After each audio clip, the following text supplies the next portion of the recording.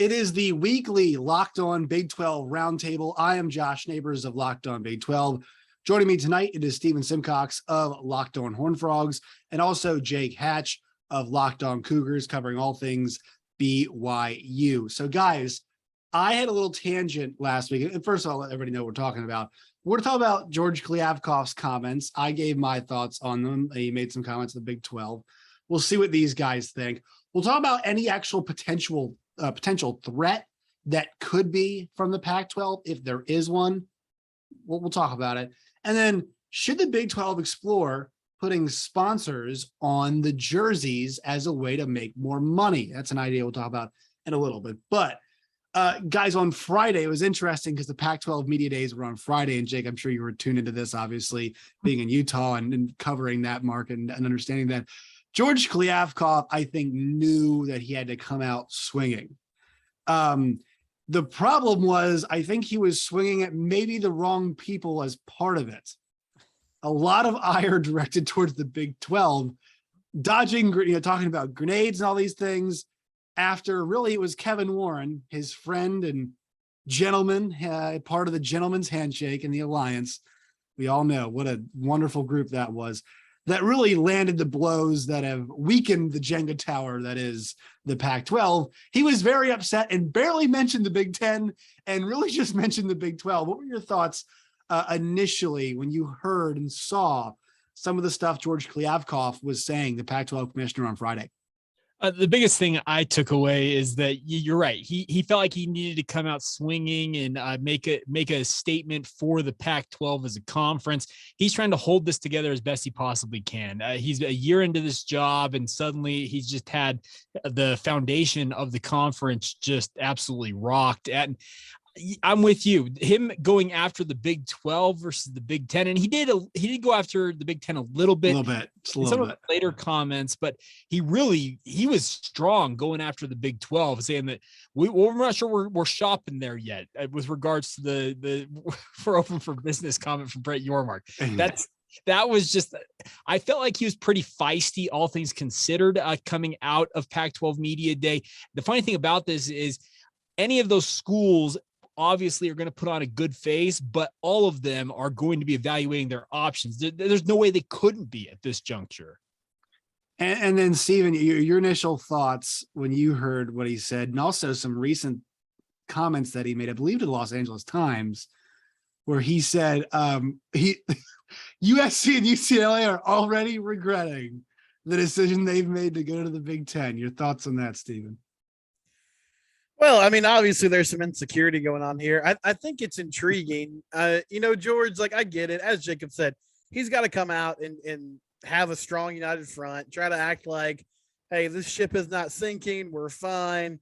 It sort of did remind me, though, of, like, Bob Bowlesby's never really been known as the most feisty guy in the world. But I do remember last summer when everything went down, he went on the attack a little bit. He accused ESPN of basically tampering and trying to end his league. He sort of took some indirect shots at Texas and OU and the reasons as to why they were leaving. But, like, this is just so silly to me. This is, your own bad decisions have led to this to a certain extent. And so now you're going on the defensive and you're trying to put on a good face and put up a good front. But ultimately, like, we know where you're at. Like, you can put up the big, strong, we're still a united front all you want. But there's a big weakness here right now. Now, I do think, and we'll get into this later, I mean, I think there's some options here for the Pac-12, not really as far as expanding into the Big 12. I think there's a chance they could all stay together, but I don't really see why, taking shots at the Big 12 is going to help that. They've made it clear that they don't really want the schools that were in the Big 12. They made that clear last year. And hey, that was their decision. It was also their decision to unite in this alliance with other conferences that have now turned the back on them. So I get why he's upset. I echo what you guys have said. The ire is directed in the wrong place. And ultimately, like, the Big 12 is just doing the smart thing for them. Like, they see, okay, out on the West Coast, things aren't looking great. We're in a position of strength for the first time in a long time. Let's be aggressive. Let's see what happens. It's not their fault that the Big Ten went and raided two of their biggest brand names. They're just trying to capitalize on the bad fortune. Yeah, I mean, it's the current state of affairs, right? Like that's that's just, it's, apologies to the Pac-12. I mean, we're this bunch, like, we don't enjoy talking about it like in this context, right? We'd rather be talking about Heisman odds and the fact that we're playing games this month and, it's time for football season. But, this is a Big 12 show, and BYU's coming in, TCU's a member, and, you have a conference commissioner really looking down at the conference, right? In a way that they have been for a while. And we've mentioned some of the political stuff on here, but like, I have to say, there has been a bit of an elitist attitude towards the Pac-12 from the Big 12, from the Pac-12, towards the Big 12. Think about Brett Yormark's comments. We're open for business. There was nothing specific that he mentioned about the Pac-12 at all. Then you have a commissioner like George Kliavkoff, and I know he is in the more desperate position, Jake, but he made that comment, like you pointed out, we haven't decided if we're going shopping there yet. Like, completely dismissive, rude, and, let's be quite frank about it, not really reflecting the reality, which he's made a lot of comments like that, like the comment about USC and UCLA regretting the decision. Also, the comments that he had made about closing the revenue gap. He said, our next deal is going to close the revenue gap. Like, brother, your ego's, you're writing checks your body can't cash is kind of where we're at with this one, Jake, right? I mean, it is a sense of elitism. It is some grandstanding, and it's not going to be positive because they're not in the position of power. Well, and that's the thing right there. He's trying to come off and make himself and the conference look like they are in a position of power. They are expected. We're recording this on August 2nd. The end of their exclusive negotiating window with both Fox and ESPN is up on August 4th, according to reports.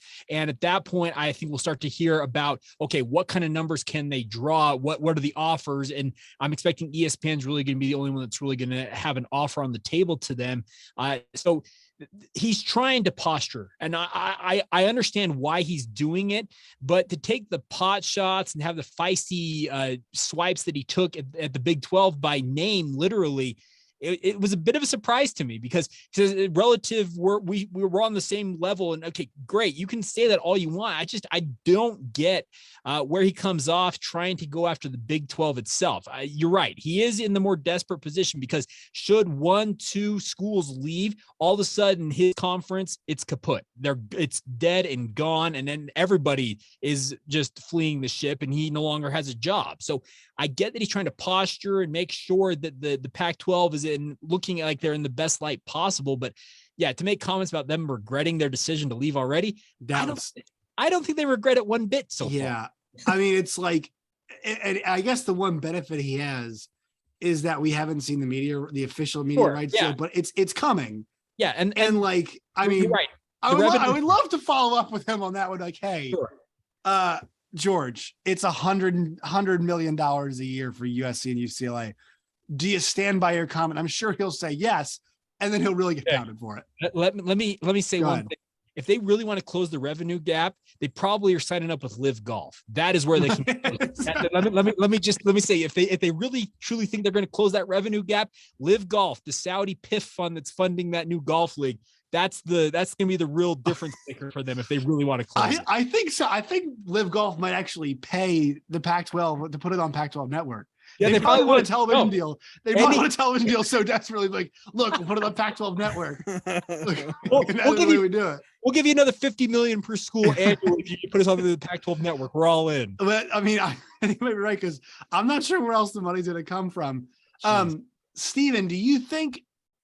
Is there any advantage to mentioning the Big 12 by name in the way that he did? Right, like if you were to nebulously talk about the Big 12, just generally speaking, you'd be fine. It's hey, look, everybody knows there's stuff at the Big 12, the Pac-12. We're pretty confident what we have. We're strong in it.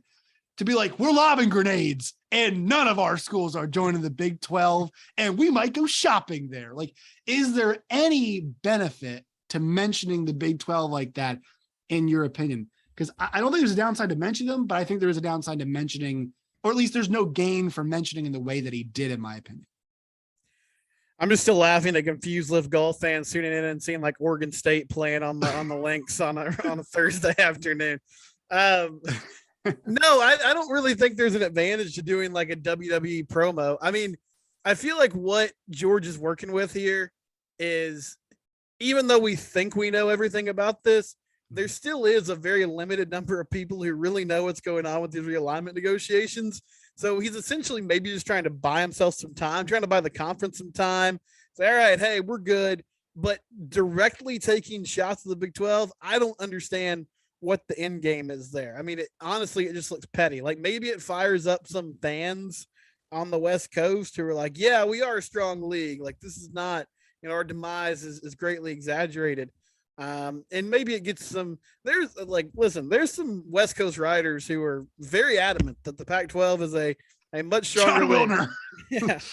Well, hey, John Wilner and John Canzano, gentlemen. That's why they've now have a podcast together. I thought it was very fitting. I was like, well, at least the cat's out of the bag. We're joining forces. Sorry to cut you off there, Stephen. No, that's fine. Come on the show, Stuart Mandel. We'll talk about Stuart Mandel's doing. He is like really. He is out there. I mean, he's carrying water. Like I feel like Stu's with the Athletic.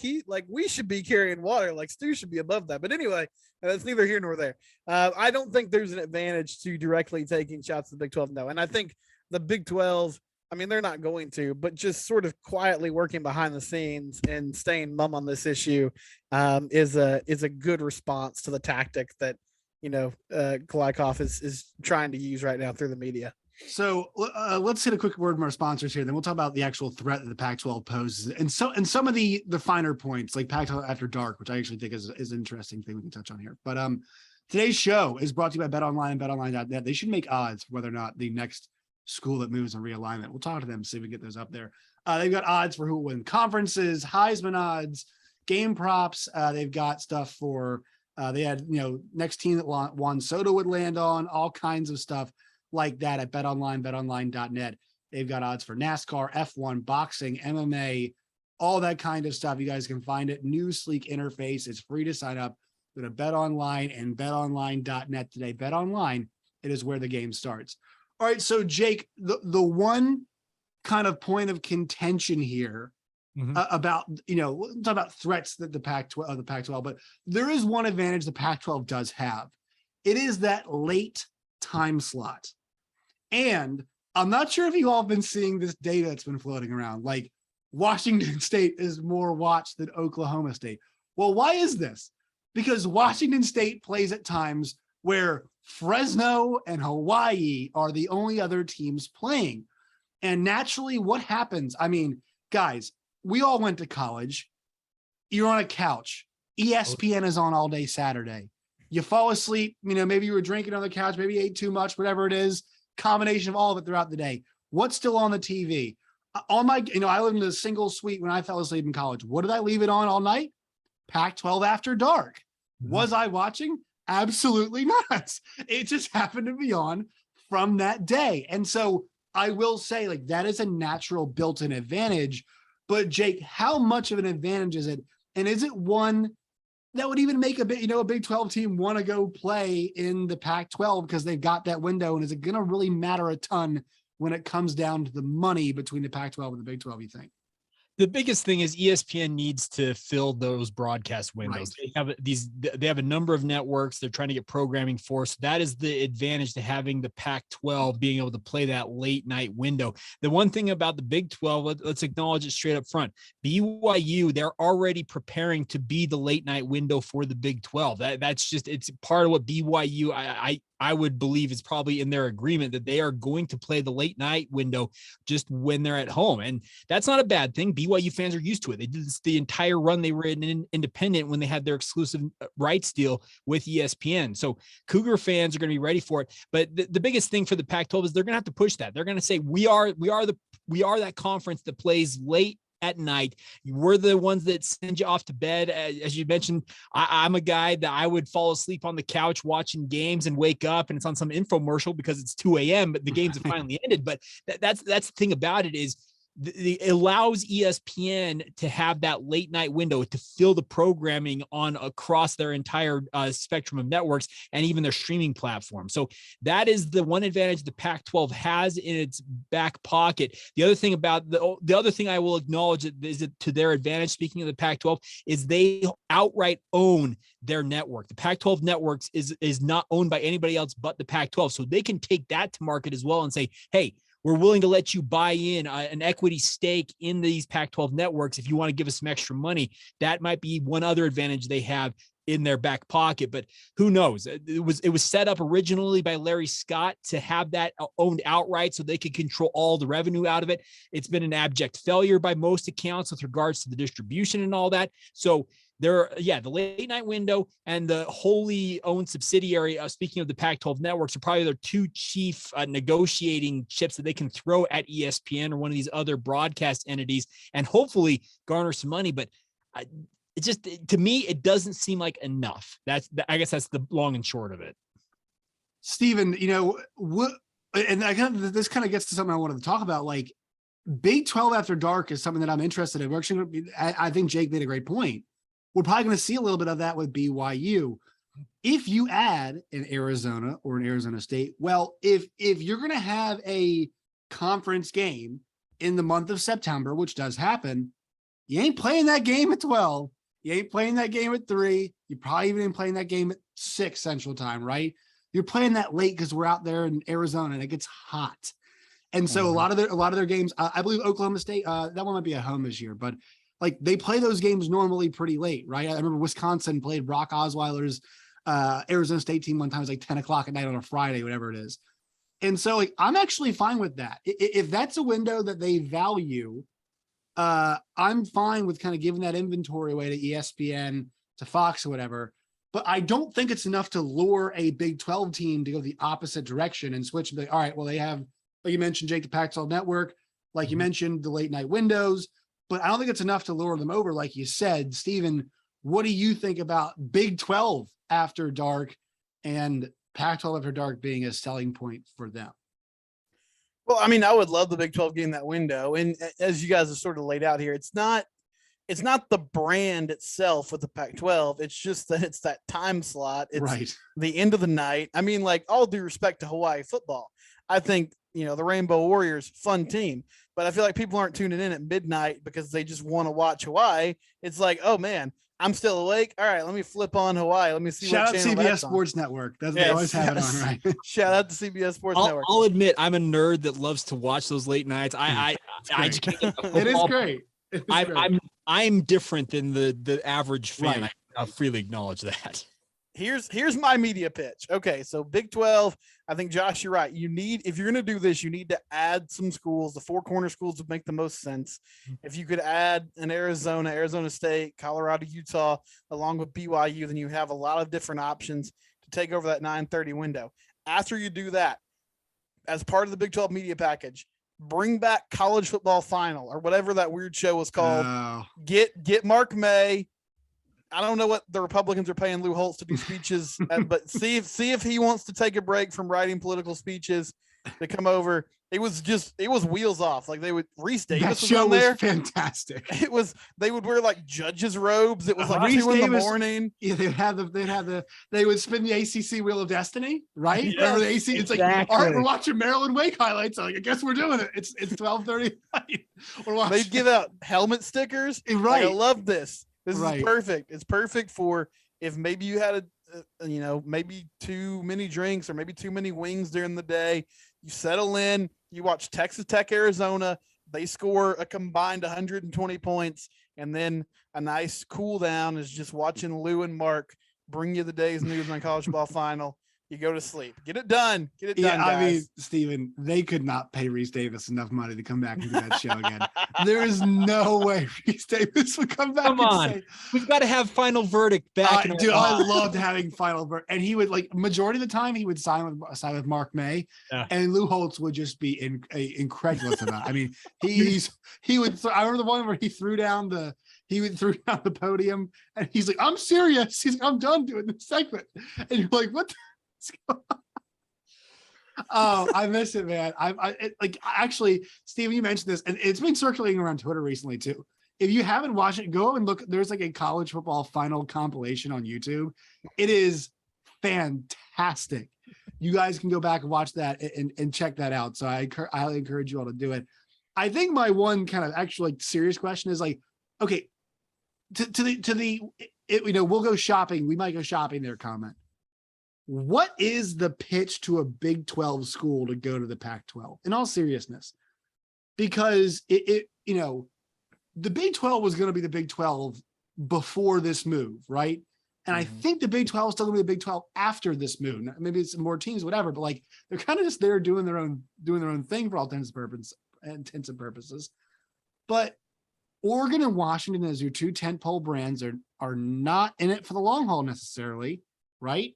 Mm-hmm. And if they're shaky, do you want to be left out in the cold if those two left and you're a part of a league where if you're Oklahoma State, you might be the strongest brand alongside of Utah.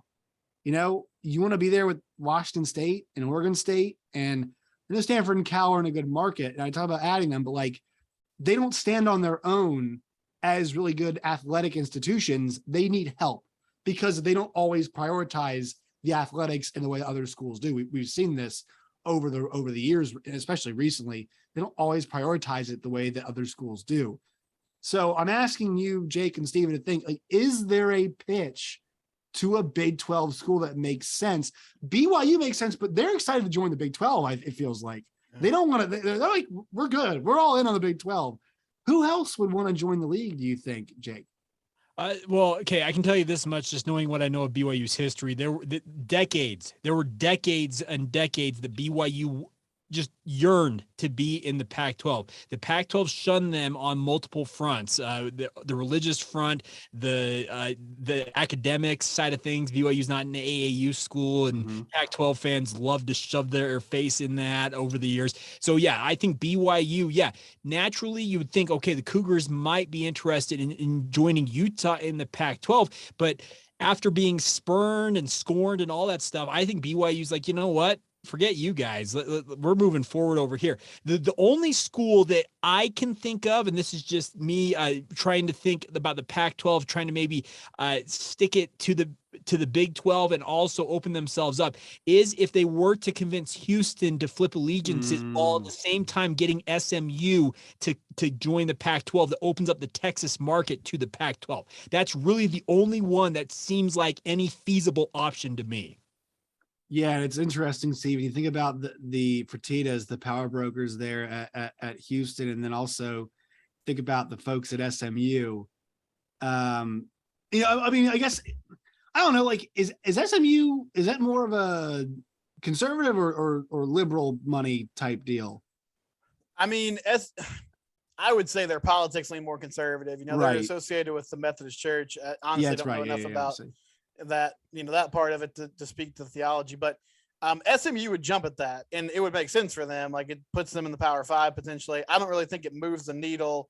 Sorry, SMU fans. I know it's a TCU person speaking, but I don't think it really moves the needle from a brand perspective. But no, this doesn't make sense. Like, okay, these schools that are headed to the Big Ten and the SEC, it's logistically, it's going to be tough. It takes away some regional rivalries. It doesn't make a lot of sense. The reason they're doing it is because of the money. They're doing it because of the money, and they're doing it because these are the two conferences that are guaranteed to have a seat at the table when we talk about college football playoff, national power. Where's the sport going in the next 10 years? The Pac-12 doesn't have any of that. Like, what is the incentive for Oklahoma State or Baylor or TCU or Tech to travel to the West Coast all the time and, change up some regional aspects of what they're doing, jump to another conference, unless there's a payoff that makes up for that? And as far as we know, the Pac-12 doesn't have that, unless they come out and say, hey, we've landed this huge deal with Amazon Prime Video. They want Pac-12 football and we're ready to give it to them. There's just nothing that I see that really makes it worth a Big 12 school jumping. I have no idea what they're talking about when they say shopping like that. That ship has sailed. If you want to do that, you should have done it last summer. Steven, The, Oh, you go. the tens of Pony fans out there in Highland Park are angry. Jake said it, not me. Well, It's that's the right, thing but is- he said it, not Well, me. here's the thing: is like think about it too. It's like I get it's in Dallas, but Yeah. it's not a big enough footprint to make a difference. Also, I don't think it's a big enough footprint to overcome the fact that once again it is a religious institution.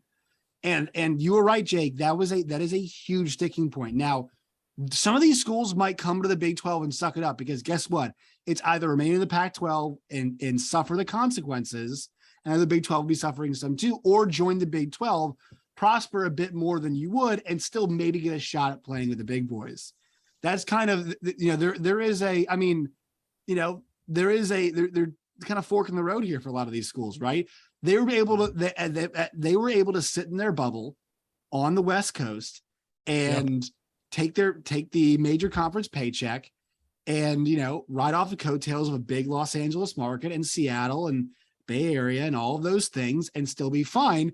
And I mean, guys, when was the last time we were talking about a really relevant Pac-12 football team? We haven't. Who was the last team to make was Oregon in the It was playoff? Oregon. Yeah, or was it Washington made it not Washington too made long it, and ago. Oregon made it. Obviously they made Yeah. it, but like it's been a minute. I mean, they weren't close this year, and the Pac-12 championship game a couple years ago, I know had some implications, but I think Oregon came up short in that one too, and so they haven't been necessarily knocking on the door of this, and also they shot down playoff expansion last year. They didn't add any Big 12 teams. They shot down playoff expansion, and and part of that was part of the alliance. So it kind of brings us full circle. Like, why would any Big 12 team or any Big 12 decision maker want to link up with a conference that has been kind of pushing all the wrong buttons? Not saying the Big 12 has been right and the entire time, but I kind of like the attitude of the Big 12 a bit more than I like the way things have been trending for the Pac-12, at least as of recently. And look, the Big 12 was able to take some big pieces off the board. I mean, you mentioned Houston, like we're gonna get in this next year, guys. Houston's a sleeping giant in this conference. And as a media market, my God, it is the fourth largest media market, I believe, in the country, fourth largest city, I think, in the country. But it's a gigantic media market. Like I know that the Pac-12 has the coast, up and down, whatever. But like in terms of people who watch football, love football, Big 12 is right where you want to be, man. You're right in the heart of Texas, and that's gonna be the anchor of this league. So I think it's much more likely that things go towards the Big 12, if things flow that direction, as opposed to the other way around. And we'll save the jersey stuff for another week. We'll just stick to the realignment stuff this week. But are you guys in the same? I know we're all Big 12 people, but like looking at the facts don't really lean towards teams leaving the Big 12 for the Pac-12. They just don't. The way they've been talked about, the way things going. Yeah, go ahead, Jake. Yeah, let me add one thing here. I work in a Pac-12 market. I work in Salt Lake City, where the University of Utah is located, and Utah is looking to repeat as Pac-12 champions. They made the Rose Bowl for the first time a year ago. Yes. They're riding high right now, speaking of the Utes. And the biggest thing with the Pac-12 right now is, you're right, Josh, is there's no real natural targets outside of one school, and it's San Diego State, because San Diego brings in 1.1 million households that have television sets.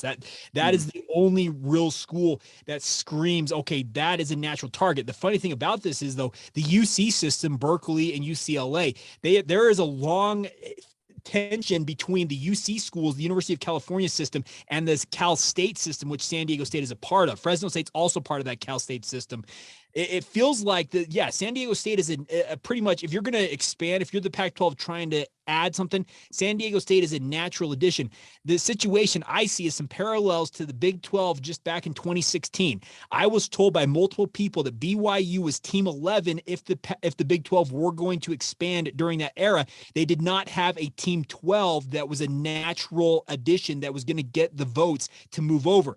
That's what I feel like the Pac-12 is looking at right now. They got Team 11 with San Diego State. Who's Team 12? There's no natural team. So that's the issue that the Pac-12 is staring in the face right now is, do we expand trying to reestablish ourselves, or are these schools, are they all as every man for themselves? As soon as a better offer comes along, whether it's the Big 10, the Big 12 suddenly picks off one or two schools, then it's an absolute crater at that point, and you have to really flee the ship and find a landing spot for yourself. It's not a fun spot to be in if you're the Pac-12 right now. Yeah, Steven, your thoughts on on the potential for them to expand? I mean, Boise maybe is Team 12, but they don't have that academic standing that you might. I'm not sure San Diego State. I don't think San Diego State. San Diego State doesn't have it. I can tell you that. No, they don't. They don't have that either. So I mean, yeah, I mean, I think Boise makes a lot of sense, but you also just have the issue of Idaho's not the most populous place in the world. And I think that Boise State brand is still really good, but not what it was 5 years Chris ago, Peterson, 10 years ago, for sure. I don't think the Pac-12, I feel like the Big 12 should not be threatened by the Pac-12. I do believe the longer this kind of drags on, there's the possibility that the Pac-12 sort of stabilizes and maybe sticks together. But I ultimately don't really think even if that happens, it hurts the Big 12. I feel like it'd be disappointing for the Big 12 because there's an opportunity to maybe go poach some schools and assert their power a little bit. But I don't see the Pac-12 adding, a ton of schools that's really going to make a huge difference here. So I think expansion is off the table in a lot of ways. Sorry, I was laughing. I just saw a really awful Twitter video. The UFC broadcast just showed the family of somebody got knocked out. How awful is that? I mean, why would you? That's a really horrible thing to do. I was listening to you, though. I do agree with everything you say. I believe that the Big 12 is now. I don't necessarily know if I agree with the idea that the longer this goes on, once again, because we are in that exclusive rights window, right? Yeah. So we are in that filling out period right now. But I mean, I think we have some answers on that. The big question is, like Jake mentioned, does I think a lot of these conferences will be split up amongst rights. Definitely, the Big 12 will definitely be split up. I think I'm like 90% sure the Big 12 is going to be split amongst different places for rights. I think it's just how you're going to maximize the money. Does that come along for the Pac-12? But once again, if you're a TV entity, I mean, the only reason you'd be going to the Pac-12 is you just want to get in on the game now, right? That's all the only reason why you do it. So I think it's pretty interesting. All right, fellas, I've kept you all too long. I'm exhausted because Juan Soto got traded today. So let's wrap it up. Let's get some plugs in. Steven, where can people find you and your work in all of its variety? I'm at Simcox Steven. Locked on Horned Frogs is the show. It's wherever you get your podcast. Also on YouTube. And fall camp started on Tuesday. So we got real deal practice going on, quarterback battle happening. All that can be. Is Max Duggan going to get it?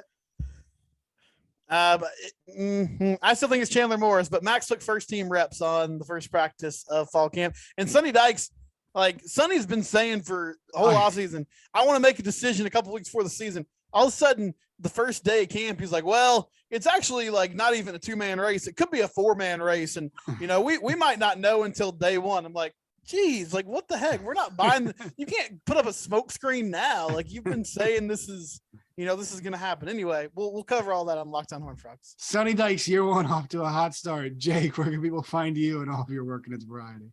Go fighting Sonny Dykes. That's all I can say. No, we're covering all things BYU. Just search out Locked on Cougars. We are wherever you get your podcasts, also on YouTube. Really easy to find. Also on social media, Locked on Cougars, Facebook, Instagram, and Twitter. If you want all of my thoughts on all things sports, you can find me. Jacob C. Hatch is the handle. You guys can find me on Twitter at @JoshNeighbors_. You guys can find the show at LO Big 12. You guys can find it wherever you get your podcast and on YouTube as well. All right, guys, next week we will touch on the jersey idea. I think I like that as a topic, and we'll see anything changes. And also, we'll start looking forward to some games. Talk to you guys next week.